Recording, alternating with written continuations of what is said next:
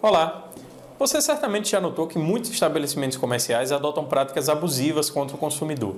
Às vezes exigem um valor mínimo para que você possa passar sua compra no cartão ou fazem publicidade enganosa e uma série de outras condutas que acabam prejudicando os direitos do consumidor. Esse é o tema da nossa entrevista de hoje, gravada aqui no Networking Escritório Compartilhado. Convido todo mundo para acompanhar a gente pelas redes sociais que estão aparecendo aqui no vídeo e também a fazer a inscrição no canal através do botão inscrever-se aqui embaixo, tá bom? Agora, roda a vinheta e fique ligado!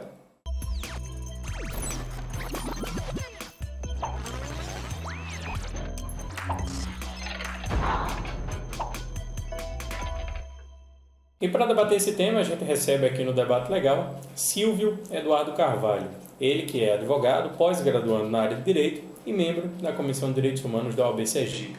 Está aqui com a gente para falar então sobre direito do consumidor. Silvio, muito bem-vindo ao Debate Legal.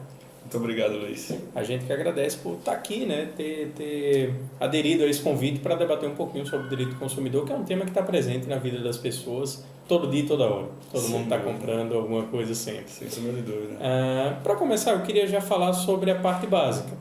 O Brasil, há quase 30 anos, já tem uma legislação que disciplina o direito do consumidor, o Código de Defesa do Consumidor, famoso. Por esse código, quem pode ser considerado consumidor e quem pode ser considerado fornecedor de um produto ou de um serviço? Então, consumidor é todo aquele, pessoa física ou jurídica, que é o destinatário final de um determinado produto ou serviço, que adquire um determinado produto ou serviço, sendo assim o destinatário final. Já o fornecedor é toda aquela pessoa física ou jurídica de natureza pública ou privada que participa de qualquer uma das fases do processo de produção desse produto ou de fornecimento desse serviço, bem como da sua distribuição e comercialização. Então, basicamente, o consumidor é aquela pessoa que efetivamente vai usar o produto. Sim, ou seja, a pessoa que vai lá e compra um celular numa loja para o uso dela, não para revender, ela é consumidor. Exatamente. Ok. A pessoa que, desculpa interromper, a pessoa que adquire um produto ou um serviço para revender também está caracterizado na qualidade de fornecedor, sim, tendo em vista que ele também participa do processo de comercialização desse produto. Então, nessa cadeia de consumo, né, que chama só o final mesmo lá que vai ser considerado consumidor. Isso mesmo. Excelente.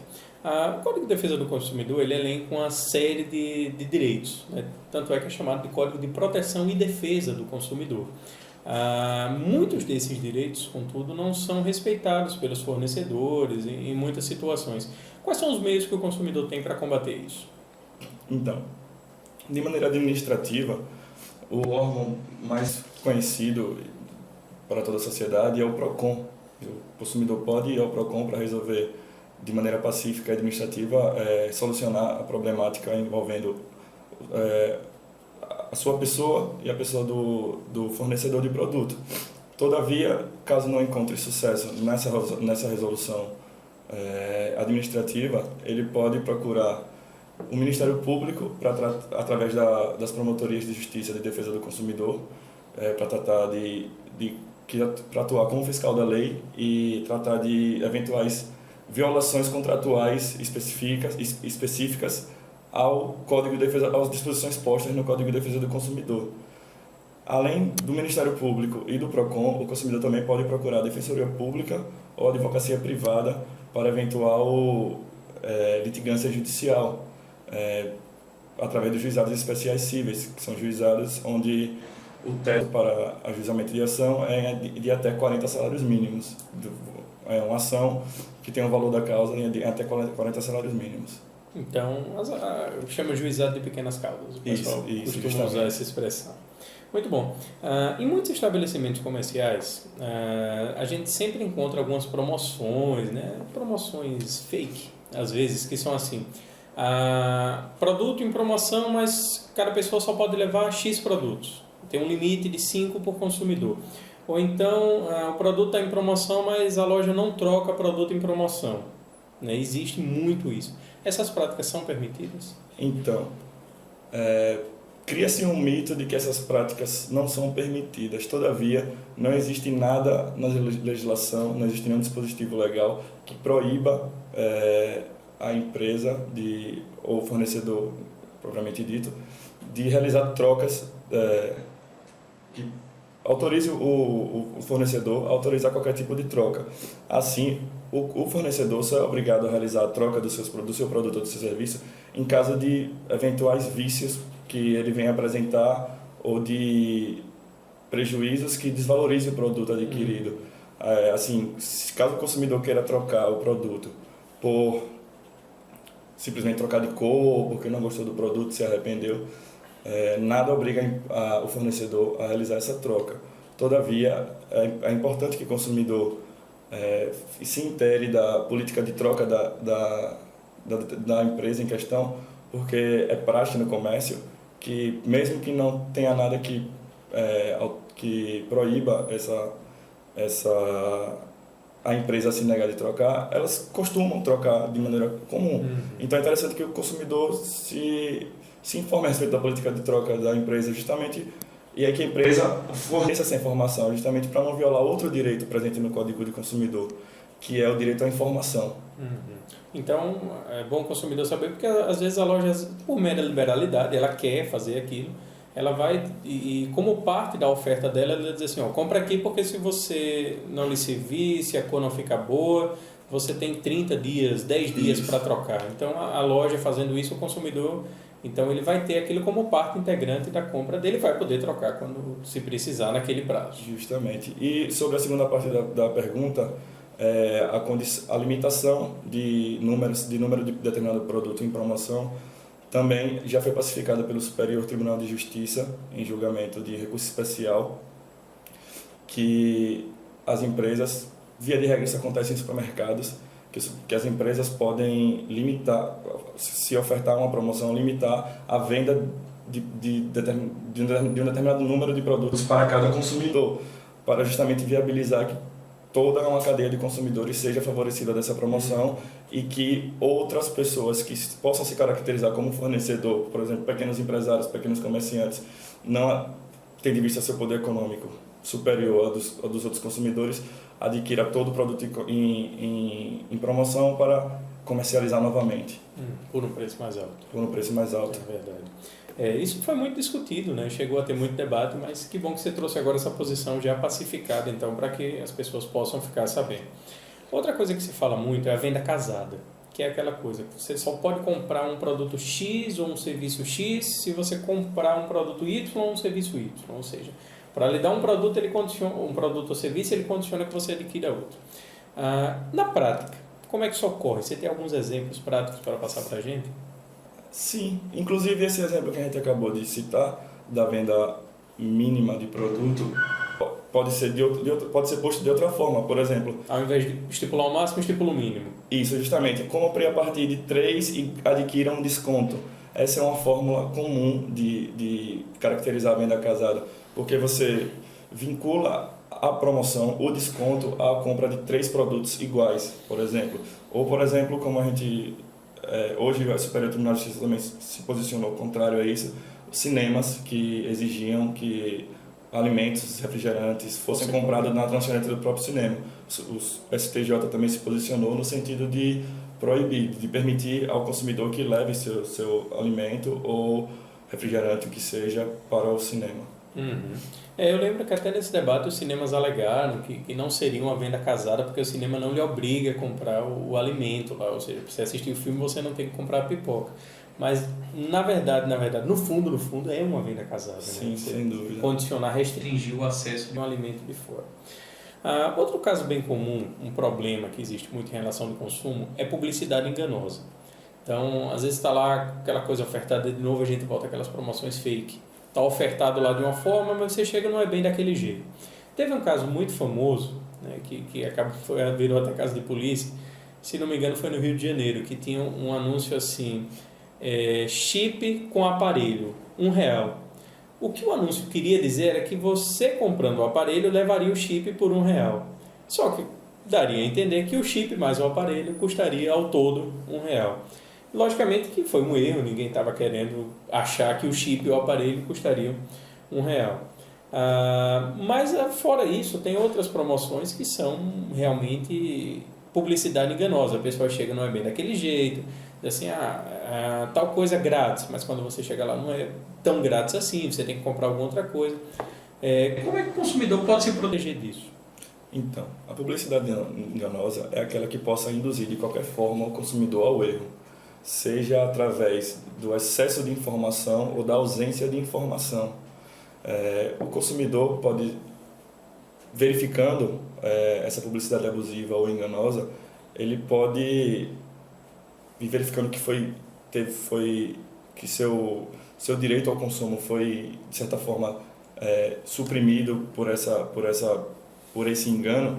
Ele pode ir voltar à empresa e solicitar que seja efetivamente cumprido o que foi prometido na propaganda, ou que seja distribuído que seja disposto um novo produto equivalente àquele prometido em promoção, ou, uma terceira hipótese, a restituição do valor pago com a incorrência da devida correção monetária. Uhum.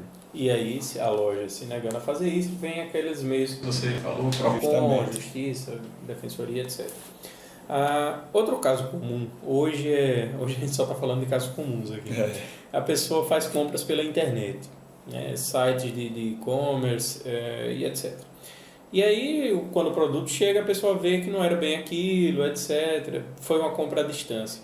Existe um prazo de arrependimento, que a pessoa pode devolver esse produto. Como é que funciona isso? Então, esse instituto é chamado de direito ao arrependimento do consumidor, que ele funciona basicamente quando o consumidor não tem acesso ao produto. E isso incorre na outra pergunta que você me fez anteriormente, que é sobre a troca.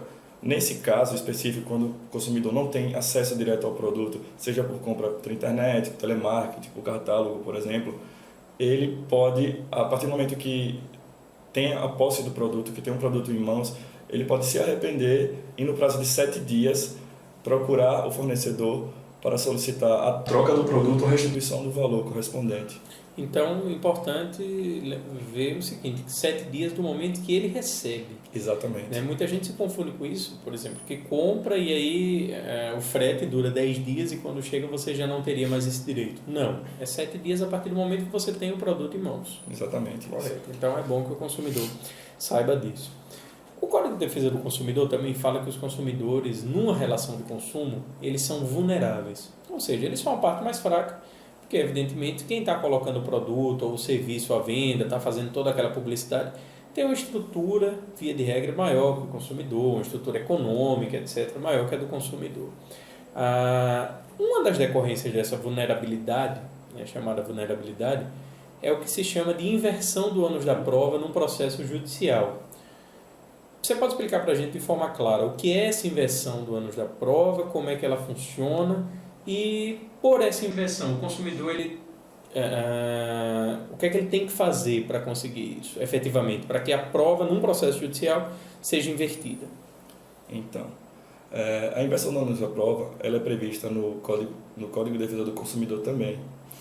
E ela exatamente busca garantir um princípio chamado princípio da isonomia, a aplicação desse princípio para o consumidor, que significa que o consumidor tem direito por ser parte hipossuficiente na relação de consumo, ele, justamente pelo que você falou, pelo fornecedor, via de regra, tem um poder econômico, um poder organizacional maior.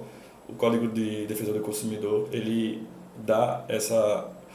trata o consumidor de maneira excepcional para que haja o mínimo de equiparação de forças no eventual processo judicial. Por mais que o Código de Processo Civil determine que é ônus da parte provar o ônus do autor provar suas alegações postas na petição inicial. Ou seja, quem fala tem que provar o que está falando. Exatamente. Ele é aplicado de maneira subsidiária com relação ao Código de Defesa do Consumidor. O Código de Defesa do Consumidor é o ponto inicial dessa análise. Em casos de omissão do Código sobre determinado tema, é aplicado o Código de Processo Civil. Como ele não é omisso nesse caso, como ele, de maneira expressa, busca equiparar as partes contratantes da relação de consumo através da inversão do ônus da prova, ele é aplicado de maneira imediata. Assim sendo, busca garantir um mínimo de poder para o consumidor, para que ele possa lutar judicialmente de maneira minimamente igual ao fornecedor. Então, assim, trocando em miúdos, a inversão do ônus da prova ocorre quando? Vamos lá, o consumidor entra com um processo contra uma empresa dizendo que o produto que ele comprou está defeituoso, está viciado. E aí a empresa que tem que provar que o que o consumidor está falando não é verdade. É isso? Basicamente isso. O consumidor tem que provar que realmente existiu esse vínculo provar de consumo. minimamente alguma coisa. Provar minimamente. Que realmente existiu esse vínculo, que realmente existiu essa compra, que existiu esse vício, e que existiu essa negativa prestação. E aí, eventualmente, a empresa tem que provar que esse vício não foi causado pelo consumidor, pelo próprio consumidor, foi culpa exclusiva do consumidor, ou que realmente ela tem que provar que não teve nenhuma participação no processo de danificação desse produto. Então, só para o consumidor entender, muita gente conhece essa inversão do ônus da prova, né? Inclusive é até um jargão popular. Você falar assim, vou entrar porque é a empresa que tem que provar que eu não fiz isso, a empresa que tem que provar não sei o quê. O consumidor, ele, quando entra com a ação, ele tem que juntar lá pelo menos algumas provas, o que ele tiver à disposição, né? Então, às vezes o produto ele faz uma foto, faz um vídeo de que o produto está defeituoso, de como ocorreu aquilo, para o consumidor ir se resguardando também, né? Para que o processo dele fique melhor, fique mais instruído. Alguns estabelecimentos, agora mudando um pouquinho de assunto, estipulam um valor mínimo para compra no cartão.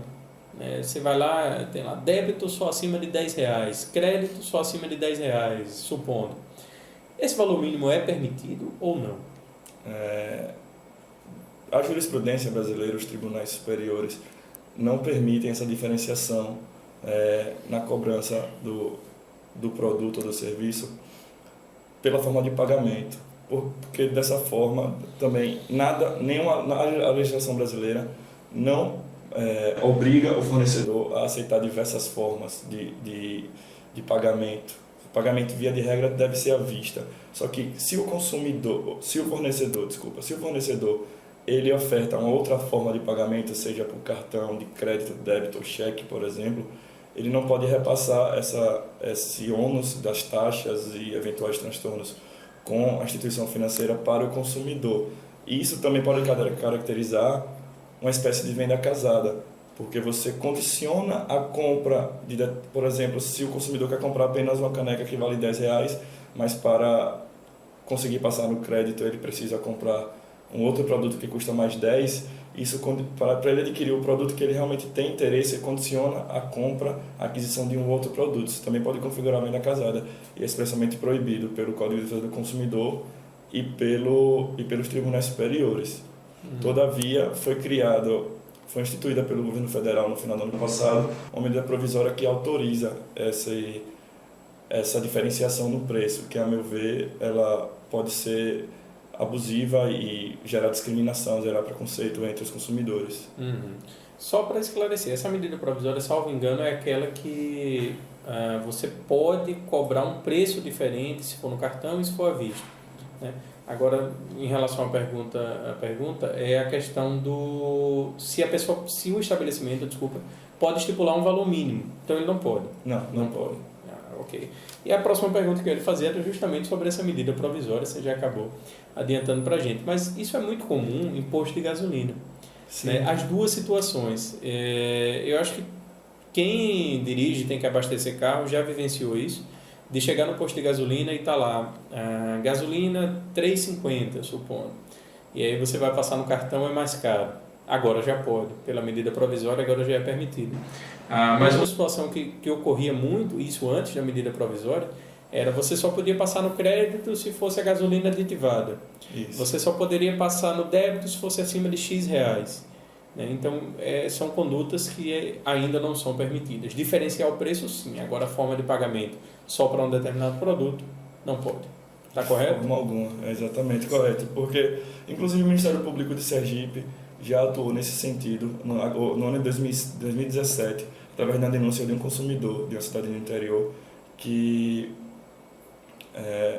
justamente isso, por essa questão de postos de gasolina, que cobravam valores diferenciados entre o preço pago à vista em dinheiro ou débito e o preço pago com cartão de crédito. E atuou nesse sentido e obrigou o posto a cobrar de maneira igualitária, independente da forma de pagamento. Porque, veja bem, ao meu ver, se um consumidor adquire um cartão de crédito, ele já tem um ônus de pagar anuidade, eventuais tarifas e taxas do banco para a instituição financeira, e as taxas provenientes da compra são de responsabilidade do fornecedor. Então, essa diferenciação de preço não significa, a meu ver, que o fornecedor está fornecendo um desconto a quem paga à vista, mas que ele está transferindo o seu ônus de encargos financeiros para a instituição financeira que disponibiliza a máquina e o sistema de crédito. Ele está transferindo esse ônus para o consumidor, ou seja, o consumidor, além de pagar a anuidade, ele está sendo prejudicado por esse tipo de conduta do fornecedor. É verdade. E, inclusive, quando o fornecedor ele aceita o cartão de crédito no seu estabelecimento, logicamente ele está tendo mais segurança, porque não vai estar guardando dinheiro no estabelecimento, e também ele vai estar mais... vai atrair mais clientes, porque a venda no crédito e no débito atrai certamente mais pessoas. Silvio, muito obrigado pela sua entrevista. Nosso tempo, infelizmente, chegou ao fim, mas foi muito esclarecedora. Tenho certeza que todos que assistiram puderam compreender um pouco mais sobre os direitos que o consumidor tem ou que pensa ter. Vou deixar aberto espaço para você fazer suas breves considerações finais. Gostaria de agradecer a Luiz pelo convite e ao canal Debate Legal pela oportunidade de gerar espaço para debater temas tão importantes para a sociedade e descomplicar o direito de certa forma para que essas pessoas, para que os telespectadores de maneira geral possam ter um entendimento básico, ter noções básicas do que são seus direitos. Gostaria de agradecer mais uma vez e parabenizar pela iniciativa. Ok, muito obrigado, Silvio. A gente que agradece. Você convida a acompanhar todos os vídeos aqui do Debate Legal. Então, muito obrigado e até a próxima.